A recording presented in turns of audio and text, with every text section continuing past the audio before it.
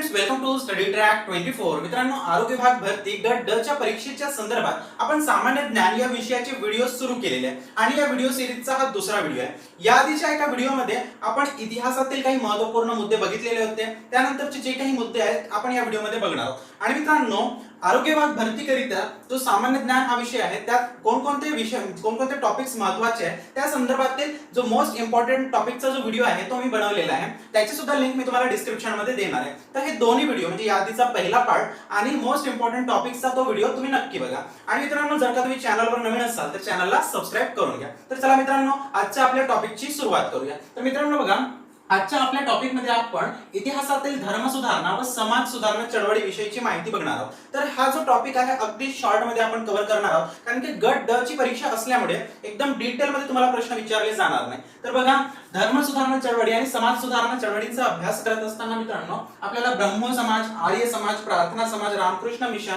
सत्यशोधक समाज आणि इतर काही जे संघटना आहेत, सामाजिक संघटना आहेत, त्यांची माहिती असणे आवश्यक आहे। तर मित्रांनो बघा, ब्रह्मो समाज जो आहे त्याची स्थापना कोणी केली आहे असा प्रश्न विचारला जातो। तर ब्रह्मो समाजाची स्थापना राजा राम मोहन रॉय यांनी केलेली आहे। लक्षात ठेवा मित्रांनो, ब्रह्मो समाजाची स्थापना कोणी केलेली आहे तर त्या प्रश्नाचं उत्तर असेल राजा राम मोहन रॉय। आणि मित्रांनो, राजा राम मोहन रॉय यांच्याबद्दल सुद्धा काही प्रश्न विचारले जातात, जसं की बघा, राजा राममोहन रॉय यांच्याच प्रयत्नांनी विल्यम बेंटिक याने सतीबंदीचा कायदा केलेला होता। तर अनेकदा प्रश्न विचारला जातो की सतीबंदीचा कायदा कोणी केलेला होता, तर सतीबंदीचा कायदा कोणी केला होता, विल्यम बेंटिक यांनी केला होता। आणि त्यासाठी प्रयत्न कोणी केले होते तर त्यासाठी प्रयत्न केले होते राजा राममोहन रॉय यांनी। त्यानंतर बघा, राजा राममोहन रॉय यांच्याबद्दल हा प्रश्न विचारला जातो की त्यांना राजा ही उपाधी कोणी दिली होती, तर मुघल बादशाह अकबर शाह द्वितीय याने राजा राममोहन रॉय यांना राजा ही उपाधी दिलेली होती। त्यानंतर बघा, राजा राममोहन रॉय यांनी एक वर्तमानपत्र सुरू केलेले होते ज्यावर प्रश्न विचारला जातो, तो वर्तमानपत्र म्हणजे संवाद कौमुदी। अनेकदा सरळ सेवेची जी परीक्षा असतात त्यामध्ये प्रश्न विचारला जातो की संवाद कौमुदी नावाचं जो वर्तमानपत्र आहे ते कोणी सुरू केलेलं आहे, तर संवाद कौमुदी नावाचं जो वर्तमानपत्र आहे तो राजा राममोहन रॉय यांनी सुरू केलेलं आहे। तर बघा, काय काय लक्षात ठेवायचं तुम्हाला राजा राममोहन रॉय यांच्याबद्दल, त्यांनी ब्रह्मो समाजाची स्थापना केलेली आहे, त्यांच्याच प्रयत्नाने विल्यम बेंटिक यांनी सतीबंदीचा कायदा केलेला होता आणि राजा राममोहन रॉय यांना अकबर शाह द्वितीय याने राजा ही उपाधी दिलेली होती। आणि राजा राममोहन रॉय यांनी एक वर्तमानपत्र चालू केलेलं होतं, त्याचं नाव होतं संवाद कौमुदी। त्याच्यानंतर बघा मित्रांनो, इथं आपल्याला आर्य समाजाविषयीची माहिती जाणून घ्यायची आहे। तर आर्य समाजाची स्थापना कोणी केली, तर आर्य समाजाची स्थापना केलेली आहे दयानंद सरस्वती यांनी। दयानंद सरस्वती यांचं मूळ नाव अनेकदा परीक्षांमध्ये विचारले जाते। तर दयानंद सरस्वती यांचं मूळ नाव आहे मूलाशंकर करसनदास तिवारी। तर मित्रांनो लक्षात ठेवा, दयानंद सरस्वती यांचं मूळ नाव काय, तर मूलाशंकर करसनदास तिवारी। मूलाशंकर करसनदास तिवारी हे त्यांचं मूळ नाव आहे। त्याच्यानंतर बघा मित्रांनो, आर्य समाजाने लोकांना एक संदेश दिला होता, तो संदेश विचारला जातो, वेदांकडे चला। हा संदेश कोणत्या व्यक्तीने दिला असा जर प्रश्न आल्यास तर दयानंद सरस्वती त्याचं उत्तर असेल। कोणत्या व्यक्तीने हा संदेश दिला वेदांकडे चला, तर दयानंद सरस्वती यांनी। किंवा असा प्रश्न आला की कोणत्या संघटनेने वेदांकडे चला हा संदेश दिला, तर आर्य समाज या संघटनेने वेदांकडे चला हा संदेश दिलेला आहे। आणि या आर्य समाजाची स्थापना दयानंद सरस्वती म्हणजेच मूलाशंकर करसनदास तिवारी यांनीच केलेली आहे। त्यानंतर बघा मित्रांनो, भगिनी निवेदिता यांनी या आर्य समाजाला एक उपमा दिलेली आहे, त्यावर सुद्धा प्रश्न विचारला जातो। ती उपमा म्हणजे काय बघा, आर्य समाजाला भगिनी निवेदिता यांनी लढाऊ हिंदू धर्म असे म्हटले होते। तर अनेकदा प्रश्न विचारला जातो की आर्य समाजाला लढाऊ हिंदू धर्म ही उपमा कोणी दिलेली आहे, तर ही उपमा कोणी दिलेली आहे, ही उपमा दिलेली आहे भगिनी निवेदिता यांनी। त्यानंतर बघा मित्रांनो, प्रार्थना समाजाचे संस्थापक कोण आहे असा प्रश्न विचारला जातो। तर प्रार्थना समाजाचे संस्थापक कोण आहेत, आत्माराम पांडुरंग तर्खडकर। आणि मित्रांनो, प्रार्थना समाजाने एक वर्तमानपत्र सुरू केलेले होते, त्यावर सुद्धा प्रश्न विचारला जातो। प्रार्थना समाजाने सुरू केलेले वर्तमानपत्र कोणते होते, तर सुबोध पत्रिका नावाचे वर्तमानपत्र प्रार्थना समाजाद्वारे सुरू करण्यात आलेले होते। आणि प्रार्थना समाजाची स्थापना कोणी केलेली आहे, आत्माराम पांडुरंग तर्खडकर यांनी केलेली आहे। त्याच्यानंतर बघा मित्रांनो, रामकृष्ण मिशनचे संस्थापक विचारले जातात अनेकदा। तर रामकृष्ण मिशनचे संस्थापक कोण आहेत, तर स्वामी विवेकानंद हे रामकृष्ण मिशनचे संस्थापक आहेत। आता बघा मित्रांनो, ज्या पद्धतीने दयानंद सरस्वती यांचे मूळ नाव विचारले जाते त्याच पद्धतीने वारंवार स्वामी विवेकानंद यांचे सुद्धा मूळ नाव विचारले जाते। तर लक्षात ठेवा मित्रांनो, स्वामी विवेकानंद यांचे मूळ नाव आहे नरेंद्रनाथ दत्त. त्यांचे मूळ नाव काय? नरेंद्रनाथ दत्त. त्यानंतर बघा मित्रांनो, रामकृष्ण मिशन जे आहे त्यांनी हे जे संघटना स्थापन केलेले आहे ते त्यांच्या गुरुच्या नावावर स्थापन केलेले आहे. म्हणजे स्वामी विवेकानंदांचे गुरु कोण होते? रामकृष्ण परमहंस हे स्वामी विवेकानंदांचे गुरु होते आणि रामकृष्ण परमहंस हे कोलकाताच्या काली मंदिराचे पुजारी होते. तर अशा पद्धतीने मित्रांनो तुम्ही ते लक्षात ठेवा. ब्रह्मो समाजाचे संस्थापक राजा राममोहन रॉय, आर्य समाजाचे संस्थापक दयानंद सरस्वती, प्रार्थना समाजाचे संस्थापक आत्माराम पांडुरंग तरखडकर आणि रामकृष्ण मिशनचे संस्थापक कोण आहेत? स्वामी विवेकानंद आहेत. त्याच्यानंतर बघा मित्रांनो, सत्यशोधक समाज. तर सत्यशोधक समाजाचे संस्थापक कोण आहेत? सत्यशोधक समाजाचे संस्थापक आहेत महात्मा फुले. आणि बघा मित्रांनो, सत्यशोधक समाजाचं एक मुखपत्र होतं ज्याच्यावर अनेकदा प्रश्न विचारला जातो. कशा पद्धतीचा प्रश्न असतो? सत्यशोधक समाजाचे मुखपत्र काय होते? तर बघा मित्रांनो, सत्यशोधक समाजाचे मुखपत्राचे नाव होते दीनबंधू. आणि हे जे दीनबंधू नावाचं वृत्तपत्र होतं, जो मुखपत्र होतं या सत्यशोधक समाजाचं, त्याची स्थापना कोणी केली असा सुद्धा प्रश्न विचारला जातो. तर दीनबंधू या वृत्तपत्राची स्थापना कृष्णराव भालेकर यांनी केलेली आहे. लक्षात ठेवा मित्रांनो, सत्यशोधक समाजाची स्थापना महात्मा फुले यांनी केलेली आहे.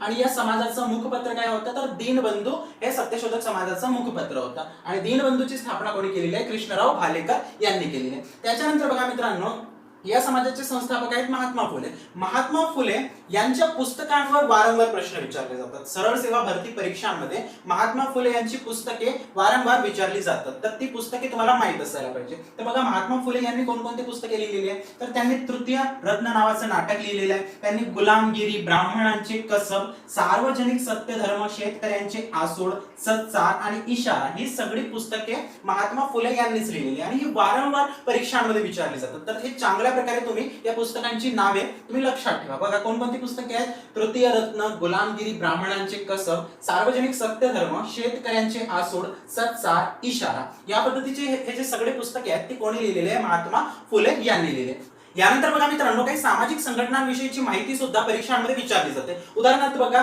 सोशल सर्व्हिस लीगची स्थापना कोणी केली असा प्रश्न विचारला जातो. तर या प्रश्नाचं उत्तर आहे एन.एम. जोशी. एन.एम. जोशी यांनी सोशल सर्व्हिस लीग ही संघटना स्थापन केली होती. त्याच्यानंतर बघा मित्रांनो, डिप्रेस्ड क्लासेस मिशन नावाची संघटना विठ्ठल रामजी शिंदे म्हणजेच वीरा शिंदे यांनी स्थापन केलेली आहे. त्याच्यानंतर आर्य महिला समाजाची स्थापना पंडिता रमाबाई यांनी केलेली आहे. त्याच्यानंतर बघा, भारत सेवक समाजाची स्थापना गोपाळकृष्ण गोखले यांनी केलेली आहे. तर अशा पद्धतीने मित्रांनो लक्षात ठेवा, सोशल सर्व्हिस लीगची स्थापना एन.एम. जोशी, डिप्रेस्ड क्लासेस मिशन वीरा शिंदे, आर्य महिला समाज पंडिता रमाबाई, भारत सेवक समाज गोपाळकृष्ण गोखले यांनी केलेले आहे. आता मित्रांनो, गोपाळकृष्ण गोखलेंबद्दल प्रश्न विचारला जातो की गांधीजींचे राजकीय गुरु कोण होते? तर गांधीजींचे राजनैतिक गुरु कोण होते? तर त्यांचं नाव आहे गोपाळकृष्ण गोखले. आणि त्यांनीच 1905 मध्ये भारत सेवक समाजाची स्थापना केलेली होती. यानंतर बघा मित्रांनो, काही म्हणजे राजकीय संघटना किंवा राजकीय पक्ष आहे त्यांचा सुद्धा विचारला जाऊ शकतो. जसं की बघा, फॉरवर्ड ब्लॉक नावाचा पक्ष आहे ते कोणी स्थापन केला असा प्रश्न विचारला जातो. फॉरवर्ड ब्लॉक नावाचा पक्ष. तर लक्षात ठेवा मित्रांनो, नेताजी बोस, सुभाषचंद्र बोस यांनी काँग्रेस सोडल्यानंतर फॉरवर्ड ब्लॉक नावाचा पक्ष स्थापन केलेला होता. यावर सुद्धा प्रश्न विचारला जातो. आणि यानंतर मित्रांनो, स्वराज पक्षाविषयी सुद्धा प्रश्न विचारले जातात. तर मित्रांनो लक्षात ठेवा, स्वराज पक्षाची स्थापना चित्तरंजन दास यांनी केलेली आहे. चित्तरंजन दास आणि मोतीलाल नेहरू, चित्तरंजन दास आणि मोतीलाल नेहरू या दोघांनी मिळून स्वराज पक्षाची स्थापना केलेली आहे. आणि चित्तरंजन दास जे आहेत ना, ते या पक्षाचे अध्यक्ष होते आणि मोतीलाल नेहरू या पक्षाचे सचिव होते. तर अशा पद्धतीने मित्रांनो लक्षात ठेवा, फॉरवर्ड ब्लॉकची स्थापना नेताजी बोस यांनी केलेली आहे आणि स्वराज पक्षाची स्थापना चित्तरंजन दास आणि मोतीलाल नेहरू यांनी केलेली आहे. तर अशा पद्धतीने मित्रांनो ही सगळी जी माहिती आहे तुम्हाला इथं परीक्षेच्या दृष्टिकोनातून लक्षात ठेवायची आहे. तर आता मित्रांनो, महत्त्वपूर्ण धर्मसुधारणा चळवळी व सामाजिक संघटनांचा अभ्यास केल्यानंतर आता आपल्याला इतिहासातील काही मुद्द्यांचा अभ्यास करावा लागणार आहे, ज्यावर वारंवार सरळ सेवा भरतीच्या परीक्षांमध्ये प्रश्न विचारले जातात. आता मित्रांनो, त्या मुद्द्यांचा अभ्यास आपण अगदी शॉर्ट मध्ये करणार आहोत, एकदम डिटेल मध्ये, कारण की यावर प्रश्न विचारले जात नाही. तर बघा मित्रांनो, आपला पहिला मुद्दा आहे गांधीजींचे भारतातील पहिले सत्याग्रह कोणते? हा प्रश्न विचारला जातो. तर गांधीजींचे भारतातील पहिले सत्याग्रह आहे 1917 चे चंपारण्य सत्याग्रह.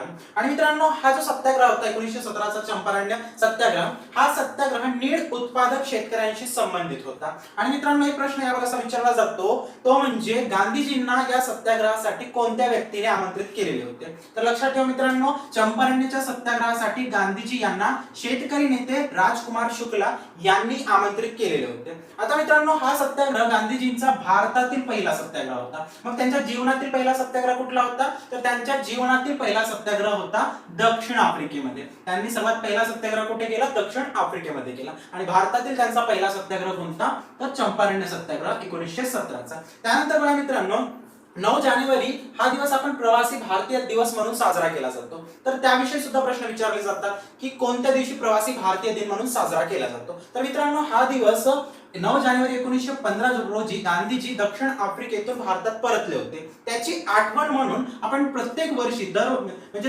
वर्षी जो आहे 9 जानेवारी हा दिवस प्रवासी भारतीय दिन म्हणून साजरा करतो. त्यानंतर बघा मित्रांनो काळा कायदा कोणत्या कायद्यास म्हणतात असा प्रश्न विचारला जातो. तर 1919चा जो रोलेट कायदा होता, रोलेट ऍक्ट होता, त्या कायद्यालाच काळा कायदा असे म्हणतात. तर मित्रांनो बघा यास काळा कायदा का बरं म्हणतात, कारण की बघा एखाद्या भारतीय व्यक्तीवर जर ब्रिटिशांना काही शंका असल्यास तर विना म्हणजे कोणती कारवाई करता, विना कोणती चौकशी करता त्या व्यक्तीला डायरेक्टली 2 वर्षाच्या तुरुंगवासाची शिक्षेची जी तरतूद आहे ती या कायद्यामध्ये होते. बघा एखाद्या भारतीय व्यक्तीला कोणतीही म्हणजे चौकशी न करता 2 वर्षांसाठी तुरुंगवासामध्ये पाठवण्याची तरतूद या कायद्यामध्ये होती. म्हणूनच या कायद्याला, या रोलेट ऍक्टला काळा कायदा या नावाने सुद्धा ओळखले जात होते. त्यानंतर बघा मित्रांनो सायमन कमिशनवर एक प्रश्न विचारला जातो तो म्हणजे सायमन कमिशनवर भारतातील सगळ्या राजनैतिक पक्षांनी बहिष्कार का घातला होता. तर मित्रांनो त्याचं कारण असं होतं या कमिशन मध्ये एकही भारतीय सदस्य नव्हता. सायमन कमिशन मध्ये एकही भारतीय सदस्य नव्हता, म्हणून भारतातील सर्व राजनैतिक पक्षांनी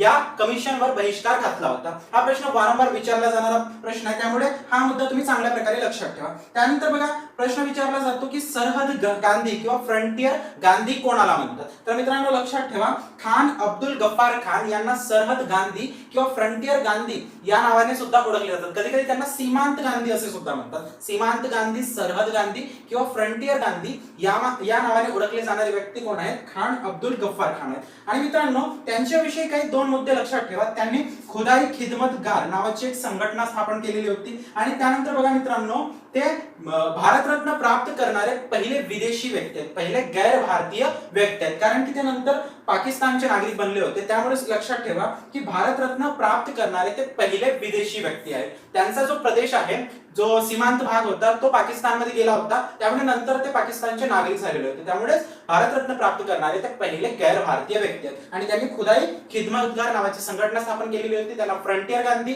सीमांत गांधी किंवा सरहद गांधी या नावाने ओळखले जाते. त्यानंतर बघा मित्रांनो भारताचा बिस्मार्क कोणाला म्हणतात हा सुद्धा प्रश्न वारंवार विचारला जातो. तर मित्रांनो लक्षात ठेवा सरदार पटेल यांना भारताचा बिस्मार्क असे म्हणतात. सरदार पटेल हे भारताचे पहिले गृहमंत्री आणि पहिले उपपंतप्रधान होते. लक्षात ठेवा सरदार पटेल कोण होते, भारताचे पहिले गृहमंत्री आणि भारताचे पहिले उपप्रधानमंत्री होते. त्यानंतर बघा मित्रांनो गोलमेज परिषदेबद्दल सुद्धा काही प्रश्न विचारले जातात. एक प्रश्न असा विचारला जातो की 3ही गोलमेज परिषदेस उपस्थित असणारे व्यक्ती कोण होते. तर 3ही गोलमेज परिषदेस उपस्थित असणारे व्यक्ती होते डॉक्टर बाबासाहेब आंबेडकर. आणि महात्मा गांधी कोणत्या गोलमेज परिषदेस उपस्थित होते हा प्रश्न विचारला जातो. तर महात्मा गांधी दुसऱ्या गोलमेज परिषदेस उपस्थित होते, हे तुम्हाला इथे लक्षात ठेवायचे आहे. 3ही गोलमेज परिषदेला कोण उपस्थित होते, डॉक्टर बाबासाहेब आंबेडकर उपस्थित होते. गांधीजी फक्त दुसऱ्या गोलमेज परिषदेलाच उपस्थित होते. त्यानंतर बघा मित्रांनो मुळशी सत्याग्रह आणि वैयक्तिक सत्याग्रह यावर सुद्धा वारंवार प्रश्न विचारले जातात. तर लक्षात ठेवा मित्रांनो मुळशी सत्याग्रहाचा नेतृत्व कोणी केला असा जर प्रश्न विचारला गेला तर त्या प्रश्नाचं उत्तर असेल सेनापती बापट. मुळशी सत्याग्रहाचं नेतृत्व कोणी केला, सेनापती बापट यांनी केला. आणि मुळशी सत्याग्रहाचे पहिले सत्याग्रही कोण होते असा जर प्रश्न आला तर त्या प्रश्नाचं उत्तर असेल शंकरराव देव. शंकरराव देव हे मुळशी सत्याग्रहाचे पहिले सत्याग्रही होते आणि मुळशी सत्याग्रहाचं नेतृत्व सेनापती बापट यांनी केलेलं होतं. आणि मुळशी सत्याग्रहाविषयी एक गोष्ट लक्षात ठेवा, हे जे सत्याग्रह होतं ते पहिली धरण विरोधी चळवळ आहे. भारतातील पहिली धरण विरोधी चळवळ कोणती, तर ते आहे मुळशी सत्याग्रह. त्यानंतर बघा मित्रांनो, वैयक्तिक सत्याग्रहाबाबत प्रश्न विचारला जातो की वैयक्तिक सत्याग्रहाचे पहिले सत्याग्रही कोण होते. तर वैयक्तिक सत्याग्रहाचे पहिले सत्याग्रही होते विनोबा भावे. विनोबा भावे कोण होते, वैयक्तिक सत्याग्रहाचे पहिले सत्याग्रही होते. त्यानंतर बघा मित्रांनो, यांच्यावर अजून प्रश्न विचारला जातो की भूदान चळवळीचे जनक कोण होते. तर विनोबा भावे हे भूदान चळवळीचे जनक होते. त्यांनी भूदान चळवळ कुठून सुरू केली हा प्रश्न विचारला जातो. तर त्यांनी भूदान चळवळ ही आंध्र प्रदेशच्या पोचमपल्ली नावाचं एक गाव आहे, आंध्र प्रदेशमध्ये पोचमपल्ली नावाचं गाव आहे, तिथून त्यांनी भूदान चळवळ सुरू केलेली होती आणि ते भूदान चळवळीचे जनक मानले जातात. आणि वैयक्तिक सत्याग्रहाचे पहिले सत्याग्रही सुद्धा विनोबा भावेच होते. आणि त्यांच्याविषयी अजून एक मुद्दा लक्षात ठेवा, विनोबा भावे जे आहेत ना ते मॅग्सेसे पुरस्कार प्राप्त करणारे पहिले महाराष्ट्रीयन व्यक्ती आहेत. विनोबा भावे कोण आहेत, मॅग्सेसे पुरस्कार प्राप्त करणारे पहिले भारतीय व्यक्ती आणि महाराष्ट्रीयन व्यक्ती सुद्धा विनोबा भावे हेच आहेत.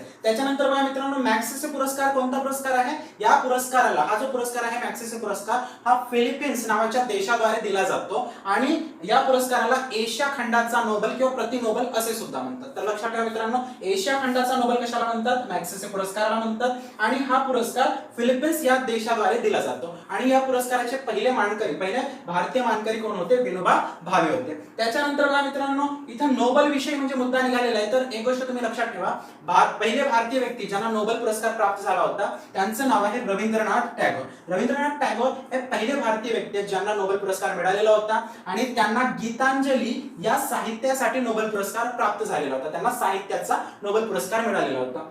रवींद्रनाथ टागोर विषयी अजून काही मुद्दे आहेत, जसे की ते दोन देशांच्या राष्ट्रगीतांचे जनक मानले जातात. त्यांनी दोन देशांचे राष्ट्रगीत लिहिलेले आहे. एक भारताचं राष्ट्रगीत म्हणजे जन गण मन जे आहे ते रवींद्रनाथ टागोर यांनीच लिहिलेले आहे. त्याच पद्धतीने त्यांनी बांगलादेशचा जो राष्ट्रगीत आहे अमार सोनार बांगला, हा राष्ट्रगीत सुद्धा रवींद्रनाथ टागोर यांनीच लिहिलेलं आहे. तर अशा पद्धतीने मित्रांनो, विनोबा भावेंविषयीची माहिती आणि रवींद्रनाथ टागोर यांच्याविषयीची माहिती परीक्षांमध्ये वारंवार विचारली जाते, ते सुद्धा तुम्ही इथे लक्षात ठेवा. तर मित्रांनो, वैयक्तिक सत्याग्रहाचा आपण अभ्यास करत होतो. वैयक्तिक सत्याग्रहाचे पहिले सत्याग्रही कोण आहेत, विनोबा भावे आहेत. कधी कधी प्रश्न विचारला जातो वैयक्तिक सत्याग्रहाचे दुसरे सत्याग्रही कोण आहेत. तर वैयक्तिक सत्याग्रहाचे दुसरे सत्याग्रही आहेत जवाहरलाल नेहरू.